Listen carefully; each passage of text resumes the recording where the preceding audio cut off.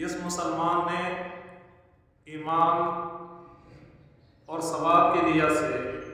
ایک رمضان مبارک کا روزہ بھی رکھا، غفر لہ ما تقدم من ذنبہ، اس کے پچھلے سارے گناہ اللہ تعالیٰ معاف کر دیتے ہیں، صرف ایک رمضان مبارک کے روزے کی برکت سے۔ اور آپ صلی اللہ علیہ وسلم نے فرمایا، حضرت عبداللہ بن مسعود رضی اللہ تعالیٰ عنہ کی روایت میں ہے کہ جب رمضان المبارک کی پہلی رات ہوتی ہے، یعنی جو ہی چاند نظر آتا ہے رمضان المبارک کا، تو اللہ تعالیٰ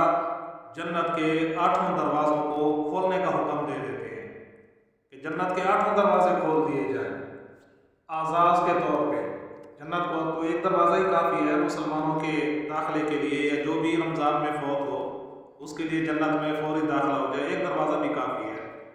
لیکن مسلمانوں کے اعزاز کے طور پہ رمضان المبارک کی برکت کی وجہ سے اللہ تعالیٰ جنت کے 8 دروازوں کو کھولنے کا حکم دیتے ہیں، اور اخیر رمضان تک وہ 8 کے 8 دروازے کھلے رہتے ہیں، ان میں سے کوئی دروازہ بند نہیں کیا جاتا مسلمانوں کے اعزاز کے طور پہ۔ اور اللہ کے نبی صلی اللہ علیہ وسلم نے فرمایا کہ جہنم کے 7 دروازے اللہ تعالیٰ بند کروا دیتے ہیں، اور یہ آخر تک رمضان کی ابتدا سے لے کے رمضان کے آخر تک یہ 7 کے 7 دروازے اللہ تعالیٰ کے حکم سے بند رہتے ہیں، ان میں سے کوئی بھی دروازہ نہیں کھولا جاتا۔ اللہ تعالیٰ کی رحمت عام ہو جاتی ہے، اللہ تعالیٰ اپنے بندوں کو بخشنا چاہتے ہیں، ان کو عذاب نہیں دینا چاہتے۔ اور حضرت ابو مسعود رضی اللہ تعالیٰ عنہ کی روایت کے اندر ہے، وہ فرماتے ہیں کہ جب رمضان المبارک کا چاند نظر آیا تو آپ صلی اللہ علیہ وسلم نے صحابہ کرام سے فرمایا کہ اگر مسلمانوں کو رمضان المبارک کی حقیقت معلوم ہو جائے تو یہ دعا کریں گے اللہ تعالیٰ سے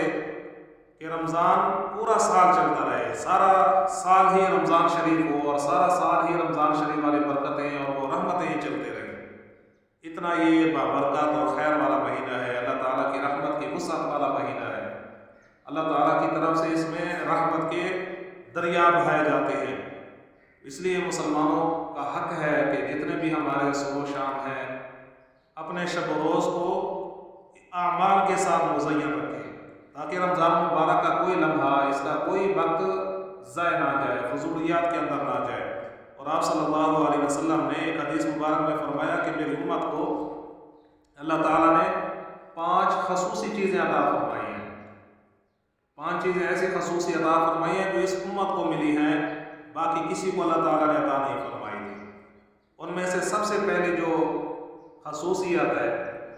کہ جب مسلمان روزہ رکھتا ہے اور روزے کی وجہ سے، معدہ خالی ہونے کی وجہ سے ایک قسم کی ہوا پیدا ہو جاتی ہے منہ سے جو محسوس کی جا سکتی ہے معدے کے خالی ہونے کی وجہ سے، تو آپ صلی اللہ علیہ وسلم نے فرمایا کہ وہ ریحی جو معدے کے خالی ہونے کی وجہ سے آتی ہے منہ سے، وہ اللہ کے ہاں مشک سے بھی زیادہ خوشبودار سمجھی جاتی ہے۔ یہ اعزاز ہے مسلمان روزہ دار کے لیے کہ اس کے منہ سے جو معدہ خالی ہونے کی ہوا آتی ہے منہ سے، وہ اللہ تعالیٰ کے مشک سے بھی زیادہ قیمتی اور محبوب سمجھی جاتی ہے۔ اور دوسرا، آپ صلی اللہ علیہ وسلم نے فرمایا کہ روزہ دار کے لیے سمندر کی مچھلیاں مغفرت کی دعا کرتی ہیں، روزہ دار کے لیے وہ مغفرت کی دعا کرتی رہتی ہیں، اور افطاری کے وقت تک وہ اس کے لیے دعا کے اندر مصروف رہتی ہیں۔ اور تیسری خصوصیت آپ صلی اللہ علیہ وسلم نے فرمایا کہ اللہ تعالیٰ سرکش شیاطین کو قید میں ڈلوا دیتے ہیں، ان کو بند کر دیا جاتا ہے، ان کو زنجیریں ڈال دی جاتی ہیں، تاکہ یہ مسلمانوں کو گناہ کی طرف میل نہ کر سکیں، گناہ مسلمانوں کے قریب نہ کر سکیں، مسلمانوں کو گناہ کے اوپر ابھار نہ سکیں۔ تو سرکش شیاطین جنات کو اللہ تعالیٰ زنجیریں ڈلوا دیتے ہیں، ان کو پابند کر دیا جاتا ہے۔ اور چوتھی جو خصوصیت ہے وہ آپ صلی اللہ علیہ وسلم نے فرمایا کہ اللہ تعالیٰ جنت کو سجانا کا حکم دے دیتے ہیں، جنت مزین کی جاتی ہے مسلمانوں کے لیے، جنت کو سجایا جاتا ہے۔ اور اللہ تعالیٰ اس سے فرماتے ہیں کہ ہو سکتا ہے میرے کچھ بندے اپنی دنیاوی مشقتوں کو چھوڑ کر، دنیاوی تکلیفوں کو چھوڑ کر وہ تیرے اندر داخل ہو جائے، کہ ہو سکتا ہے مسلمان کوئی روزے دار روزے کی حالت میں یا رمضان کے مہینے میں دنیا سے رخصت ہو جائے، اللہ تعالیٰ اس کے لیے پہلے سے جنت کو سجا دیتے ہیں۔ جو 5ویں خصوصیت ہے وہ آپ صلی اللہ علیہ وسلم نے فرمایا کہ اللہ تعالیٰ اخیر رمضان کے اندر روزہ داروں کی مغفرت کر دیتے ہیں، ان کی بخشش ہو جاتی ہے۔ تو صحابہ نے پوچھا یا رسول اللہ صلی اللہ علیہ وسلم یہ جو مغفرت ہوتی ہے یہ شب قدر کی وجہ سے ہوتی ہے کہ شب قدر کی برکت سے ان کی مغفرت ہو جاتی ہے؟ تو آپ صلی اللہ علیہ وسلم نے فرمایا کہ نہیں، بلکہ یہ شب مغفرت جو ہے یہ شب قدر نہیں ہے، اس کا تو علیحدہ ثواب ہے، اس کی تو علیحدہ فضیلت ہے عبادت کی وجہ سے۔ یہ مغفرت وہ ہے کہ جو دنیا کا اصول ہے کہ مزدور کو جب مزدوری ختم ہوتی ہے اس کو اجرت دے دی جاتی ہے، اس کو اس کا حساب کتاب دیا جاتا ہے۔ تو آپ صلی اللہ علیہ وسلم نے فرمایا یہ جو مغفرت ہوتی ہے رمضان کے روزوں کی برکت کی وجہ سے ہوتی ہے، یہ روزے کا بدلہ ان کو دیا جاتا ہے مغفرت کی صورت میں، شب قدر والی مغفرت نہیں ہے۔ ایک اور حدیث کے اندر آپ صلی اللہ علیہ وسلم نے فرمایا الصوم جنۃ، کہ روزہ ڈھال ہے شیاطین سے بھی، مصائب سے بھی، گناہوں سے بھی، اور ایسے ہی جہنم کے عذابوں سے بھی، کہ دنیا کے اندر بھی ڈال ہے، انسان شیطانوں سے جنات سے بچ جاتا ہے، مصائب سے بچ جاتا ہے، گناہوں سے بچ جاتا ہے، اور آخرت کے اندر بھی ڈھال ہے کہ اللہ کے عذاب سے انسان کو بچائے گا۔ ایک اور حدیث کے اندر آپ صلی اللہ علیہ وسلم نے فرمایا کہ اللہ تعالیٰ فرماتے ہیں، حدیث قدسی ہے الصوم لی وانا جزی بھی، کہ روزہ میرے لیے ہے اور روزے کا بدلہ بھی میں خود ہوں، یا روزے کا بدلہ بھی میں خود ہوں گا۔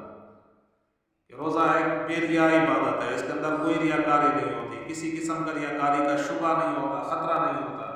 روزہ دار کے علاوہ کسی کو معلوم نہیں ہے کہ روزہ اس کا ہے یا نہیں ہے۔ اس لیے چونکہ یہ بے ریا عبادت ہے، صرف اللہ کی ذات کے لیے ہوتی ہے،